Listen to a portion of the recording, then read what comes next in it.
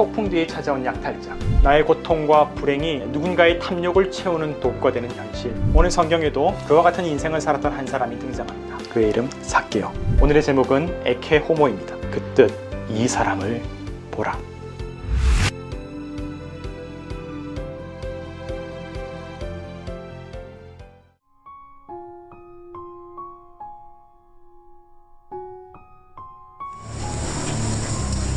Hurricane Charlie was a small hurricane, Just 20 miles offshore, Charlie suddenly intensified from a Category 2 to a monster Category 4.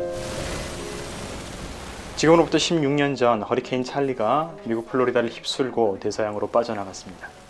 그 결과 22명이 목숨을 잃고 110억 달러에 이르는 큰 손실이 발생하였습니다. 시민의 안전과 생계가 위협받는 고통의 현실은 그것으로 끝나지 않았습니다. 그 지역에 있던 한 주유소는 평소 2달러에 팔던 얼음 주머니를 10달러에 팔게 되었습니다. 한여름에 태풍으로 전기를 사용하지 못하다 보니 시민들은 울며 겨자 먹기로 그 얼음 주머니를 사야만 했었죠. 77의 할머니는 남편과 장애가 있는 딸을 데리고 허리케인을 피해 모텔에서 묵었다가 하루치 반값으로 160달러에 이르는 금액을 지불해야 했습니다. 그때 평소의 요금은 바로 40달러였습니다.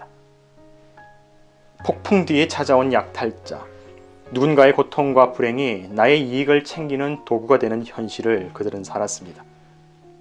여러분, 오늘 우리도 신종 코로나 사태와 함께 마스크 대란을 겪고 있습니다. 5천만 국민을 넘어서 온 세계의 사람들이 신종 코로나의 위협을 받고 있다 보니 마스크 수급이 쉽지 않은 것이 사실이죠. 문제는 이웃의 위기가 누군가의 탐욕과 자기의 배를 채우는 일로 이용된다는 사실 아니겠습니까? 오늘 성경에도 그와 같은 한 사람이 등장합니다. 그의 이름 삭개오, 세리장이요 부자라고 합니다. 세리는 이스라엘 동포의 세금을 강탈하여서 지배국가인 로마 제국에 상납하는 세금 징수원이었습니다. 같은 나라, 같은 민족이었습니다. 같은 나라 이런 서름을 갖고 있는 백성인데 이웃의 아픔을 가중시키면서 거기서 발생하는 이익을 통해서 자신의 부를 축적하는 삶을 선택한 것입니다. 그것이 바로 세리의 삶이었습니다. 성경에 등장하는 삭개오의 모습은 무척이나 활력이 있어 보입니다. 젊은 운동선수처럼 힘차게 움직이죠. 키가 작다 보니 예수 그리스도를 제대로 보지 못하였다고 합니다. 그래서 나무 위에까지 훌쩍 올라가서 저 돌무화과 나무 위에서 자기가 보고자 하는 선생 예수 그리스도의 모습을 보는 모습이 오늘의 말씀 가운데 등장하고 있습니다. 목표를 정하면 뒤를 돌아보지 않는 사람, 행동이 분명한 사람. 사람의 콤플렉스는 불안의 원인이 되기도 하지만 욕망의 동력이 되기도 합니다. 고대 로마 제국의 병사들을 생각하면 떠오르는 모습이 있죠. 중무장 갑옷을 입고 머리에는 투구를 쓰고 있는 모습. 그 투구에는 꼭 붉은 깃털이 달려 있어서 한껏 위험을 내뿜습니다. 왜 그럴까요? 많은 분들께서 이탈리아를 여행한 후에 그런 얘기들을 합니다. 이탈리아 남자들 참 코도 멋있고 얼굴도 잘생겼고 참 보면 볼수록 매력적이다라는 얘기들을 하죠. 심지어는 길에서 노숙을 하는 사람들을 보았을 때에도 원빈 같은 사람들을 발견했다는 얘기까지 하고는 합니다. 기가 막힐 일이죠. 하지만 약점이 하나 있다고 하지 않습니까? 키가 작다는 것입니다. 키가 작다 보니 전쟁에 나가면 위험이 살지를 않습니다. 다른 나라 장수들, 다른 나라 병사들 만나고 함께 대적하게 될 때에 그 사람들의 어떤 외모와 그 사람들의 덩치가 훨씬 더 크다 보니까 항상 주눅이 들 수 있는, 비교되고 열등감을 느끼게 되고 기세가 꺾입니다. 그래서 인위적으로 더 크고 풍성한 모습을 만들어내려고 노력합니다. 기죽지 않으려고 위험 있게, 더 크게, 훨씬 더 근엄하고 그들이 훨씬 더 힘있어 보이게 하기 위해서 노력하는 것이죠. 삭개오도 마찬가지였습니다. 그는 키가 작았습니다. 게다가 나라 잃은 아픔도 갖고 있었습니다. 국가적으로도 궁지에 몰려 있었고 한 개인의 삶으로서도 불안한 형편을 갖고 있었습니다. 그래서 생각하지요. 내 인생 만만치 않겠구나. 나의 형편이 그저 가만히 있다가는 낭패를 보는 삶이 되겠구나. 그러니 생각을 전환하게 되는 것입니다. 어떻게 해요? 내 한 몸 내가 잘 지키며 살아가야겠다. 힘들수록 움켜쥐고 있는 것이 있어야 되겠고 기왕이면 힘 있는 나라에 딱 붙어서 살아야 되겠구나. 그렇게 그는 세리가 되었습니다. 약점이 클수록 더 강인하고 선명한 삶을 살기로 다짐하는 것이죠.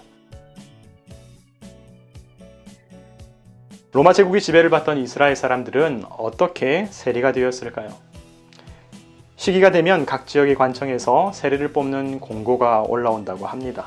일종의 공채가 열리게 되는 것이죠. 이때가 되면 중요한 것이 있습니다. 그 지역의 주민들로부터 얼마만큼의 세금을 상납할지 액수를 적어서 입찰하게 되는 것입니다. 일종의 입찰 경쟁이 여러 세리 후보들 가운데에서 붙게 되는 것입니다. 그 중에서 높은 금액을 쓴 사람이 그 지역의 세리로 임명되게 됩니다. 그리고는 두 가지의 권한을 받게 된다고 하시죠. 하나는 세금을 징수하는 공적인 권한, 또 하나는 로마의 군대를 동원할 수 있는 일종의 공권력을 투입할 수 있는 능력이라는 것입니다. 이 두 가지를 가지고 지역에서 제주껏 세금을 얻어내고 또 남은 분량을 자신의 몫으로 삼습니다. 그러니 이 입찰 경쟁에서 실현 가능한 액수의 금액을 포착하는 능력은 무척이나 중요하겠죠. 현실을 파악하는 인식 능력과 함께 지역의 재정 상태와 또한 징수 능력이 어느 정도 될지 파악하고 결정할 수 있는 그 조화로 아무나 세리를 하는 것이 아닌 것 같습니다. 그러므로 이 세리에게는 영악함과 함께 인간성도 내팽개칠 수 있는 폭력성과 야수성이 동반되어야 했습니다. 그러니 이 사람 삭개오가 바로 세리장이 되어서 부를 축적할 때까지 과연 어떠한 인생을 살아왔겠습니까? 그의 약점과 그의 불안이 오늘 그를 어떤 사람으로 만들었습니까? 그는 결국 돈을 얻었습니다. 영향력도 얻었습니다. 사람에 대한 통제력, 힘까지 손에 놓게 되었습니다. 하지만 우리는 여기서 근본적인 질문을 던져볼 수 있어야 되지 않겠습니까? 그는 정말로 사람을 얻었을까요? 그는 정말로 사람을 얻었을까요? 사람을 부릴 수는 있지만 근심 하나 속 시원히 털어놓을 수 있는 정말 소중한 그 한 사람, 그는 정말로 얻었을까요? 가끔씩 잠에서 깰 때마다 들키지 않으려고 영혼의 고독이 비명을 질러도 안간 힘을 쓰며 억지로 억누르는 그 인생, 함께 자란 친구, 함께 생활했었던 이웃, 그들의 가산을 집어삼키면서도 그들의 눈물과 원성을 들으면서도 아무렇지 않은 척 홀로 애써 달래면서 하루하루를 버텨내야 되는 가련한 인생. 오늘 그 인생이 돌무화과 나무 위로 향했습니다. 에케 호모, 그를 보기 위해.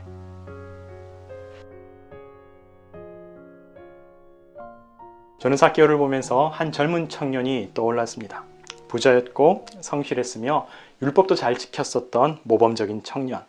바로 오늘의 말씀 바로 직전에 등장하는 누가복음 18장의 부자 청년입니다. 그에게도 소망이 있었습니다.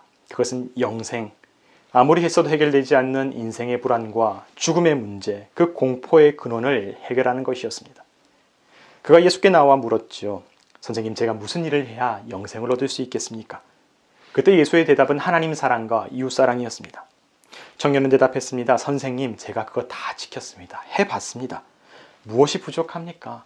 그럼에도 왜 제 안에 이 불안이 사라지지 않는 것입니까? 돈으로도 안 되고 종교적인 노력으로도 안 됩니다. 선생님, 제발 나에게 이 불안과 이 갈증을 해결해 주셨으면 좋겠습니다. 라고 요청하였죠. 그럼에도 예수의 대답은 간결하였습니다. 내 소유를 팔아버려라. 그리고 가난한 자에게 줘버려라. 소유에 대한 욕망, 허망한 노력 다 떨쳐버리고 나를 따라오너라. 그때 이 청년 어떻게 대답합니까? 재물이 많았기에 근심했다고 합니다. 그렇게 예수님을 떠나는 것이죠. 이 이야기에서 주목할 만한 점은 무엇입니까? 청년의 불안은 죽음에 관한 것이었습니다. 소유의 문제가 존재의 문제를 결코 해결해 주지 못한다는 것이 그의 인생의 결론이었습니다. 그래서 예수께로 나왔지만 결국 그 소유의 문제를 벗어나지 못한 것 아니겠습니까? 아까웠다고 얘기하는 것이죠. 이것은 돈의 문제처럼 보이지만 사실은 돈의 문제가 아니라 믿음의 문제입니다. 돈이 아까운 것이 아니라 돈을 포기할 만큼 예수가 믿어지지 않았던 것 아니겠습니까? 예수 그리스도가 믿어지지 않으니 돈이 아까워지고 예수가 믿어지지 않으니 믿음의 노력들이 헛된 것처럼 느껴지게 되는 것 아니겠습니까? 그러니 하나님을 사랑하자는 그 말이, 이웃을 사랑하자는 그 말이 잠깐의 행동으로 시도될 수는 있으나 결국은 허무한 갈증의 굴레로 반복되게 되는 것 아니겠습니까? 여러분, 그것은 우리도 다르지 않는 것 같습니다. 다시 삭개오의 이야기로 돌아오겠습니다. 우리는 흔히 삭개오가 비단 옷과 화려한 모자를 썼으리라고 생각합니다. 그렇다면 예수님께서는 어땠을까요? 그분은 어떤 행색을 하고 살아가셨을까요? 많은 성화와 연극에서는 이렇게 표현합니다. 희고 깨끗한 옷, 붉은 망토, 멋지고 화려한 모습이죠. 고대 로마에서는 옷감의 색깔에 따라서 그 사람의 신분을 나타냈다고 합니다. 그중 최고는 역시나 붉은 빛깔과 자주색 빛깔이었다고 하죠. 붉은 망토는 제국의 장군이나 귀족 이상의 신분을, 왕과 황제는 자주색 빛깔을 애용했다고 합니다. 그래서 우리가 알고 있는 사도행전 16장에 등장하는 한 여인 루디아가 사도 바울의 경제적 후원자로서 그리스 지역의 수많은 교회를 개척하는 경제적인 후원자가 될 수 있었던 것 아니겠습니까? 자주색 옷감을 취급했던 여인이었죠. 그러므로 삭개오가 본 예수님의 행색은 솔직한 얘기로는 결코 붉은 빛이나 자주색 빛깔과는 거리가 멀었으리라고 생각합니다. 그리스도의 일상, 가난한 이웃과 함께 먹고 병자들과 어울리고 들판에서 식사도 노숙도 마다하지 않았던 것이 그리스도의 삶이 아니었습니까? 그분의 존재가 하늘의 것이었지 그분의 소유가 하늘의 것이 아니었지 않습니까? 삭개오는 그것을 보았습니다.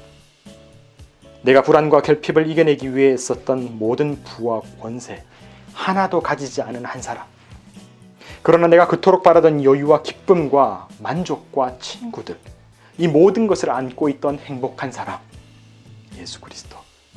그는 그분을 보았던 것입니다. 여러분, 비전은 무엇입니까? 보는 것입니다. 문자 그대로 보는 것입니다. 그렇다면 무엇을 보는 것입니까? 내 욕망, 내 불안, 내 컴플렉스, 나의 입신양명의 꿈. 그것이 비전이 되면 세상이 어지러워집니다. 그런 비전을 갖고 장사를 하고 그런 비전을 갖고 정치를 하면서 기도를 하다가 오늘날 교회와 기독 인재들이 자기 욕심에 빠져서 세상을 어지럽혔습니다. 기독교 신앙이 말하는 비전은 보는 것은 보는 것인데 무엇을 보는 것이냐? 바로 하나님이 보시는 것을 하나님의 시선으로 보는 것입니다. 하나님이 보시는 것을 보는 것, 하나님께서 보여주시는 것을 보는 것, 하나님의 시선이 어디에 있는가, 하나님의 열정이 어디에 있는가, 심지어는 그분의 눈물과 아픔이 어디에 있는가를 함께 보면서 우리의 마음과 우리의 생각, 우리의 모든 시선까지도 함께 두는 것이 비전이 되는 것, 기독교 신앙이 말하는 비전이 되는 것 아니겠습니까? 모두가 힘겨운 시기를 살아갈 때에 주변의 아픔과 눈물과 상처를 보는 것인가? 그렇지 않다면 성공의 기회로 보여지는 것인가? 오늘 삭개오는 과거와는 다른 것을 보게 되었습니다. 부자 청년이 보았지만 보지 못했던 것, 세상이 자랑할 만한 그 어떤 것 갖지 못했지만 비할 수 없는 행복과 기쁨이 예수 안에 있다는 것을 보게 된 것이죠. 그러니 그와 함께 하고 싶다. 그의 나라에 살고 싶다. 그의 백성이 되고 싶다. 내가 이제 그를 섬기며 살아가리라. 여러분, 그 누구도 오늘의 말씀 가운데 이 삭개오에게 돈을 요구하지 않았습니다. 그가 먼저 말합니다. 주님 보시옵소서. 내 소유의 절반은 가난한 자들에게 주겠습니다. 내가 지금까지 속여 빼앗은 것 있다면 4배로 갚겠습니다. 이것이 그에게는 회개이고, 이것이 그에게는 속죄이고, 이것이 그에게는 믿음이고, 이것이 그에게는 삶이 새로워지는 결단의 순간이었다는 것입니다. 내 인생의 궤적이 뒤바뀌게 되는 바로 그 순간, 삭개오에게 믿음이 시작되었습니다.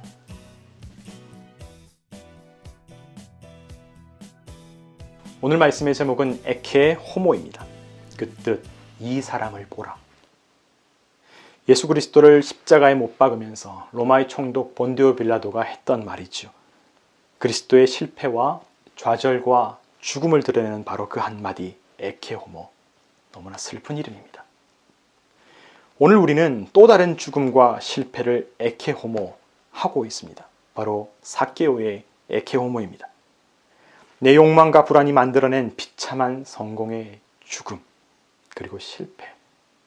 초라함을 감추기 위해 끊임없이 채찍질했던 과거, 그리고 허망한 인생이 죽었고 실패했다는 것입니다. 장안의 화제가 되었던 드라마 스카이 캐슬은 자녀를 의대로 진학시켜 3대째 의사 가문을 완성하기 위한 상류층 집안의 분투를 다룬 이야기입니다. 시간이 흐르며 드라마는 그들이 왜 그렇게 3대째 의사 가문을 만들기 위해 애쓰는지를 밝혀줍니다. 가난한 집안의 딸로서 시어머니와 남편에게 인정받지 못했던 열등감, 부모의 사랑과 인정을 받고자 했던 욕구, 상류사회에서 밀리고 싶지 않은 불안감과 자식에게 내가 이루지 못한 것을 대신 이루게 말겠다는 대리만족의 욕구. 인생을 살아가는 사람마다 삶의 가치가 다 다르겠지만 그것은 인생의 정말 소중한 것들을 잃어버리기에는 너무나 서글픈 이유가 아닐까 생각합니다.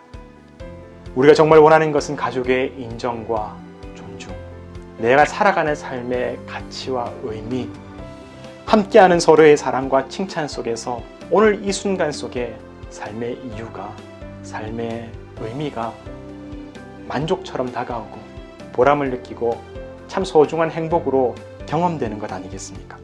여러분, 그것은 누구나가 가능한 일입니다. 누구나가 받아 마땅한 것입니다. 심지어는 돈 한 푼 들지 않고도 할 수 있는 것입니다.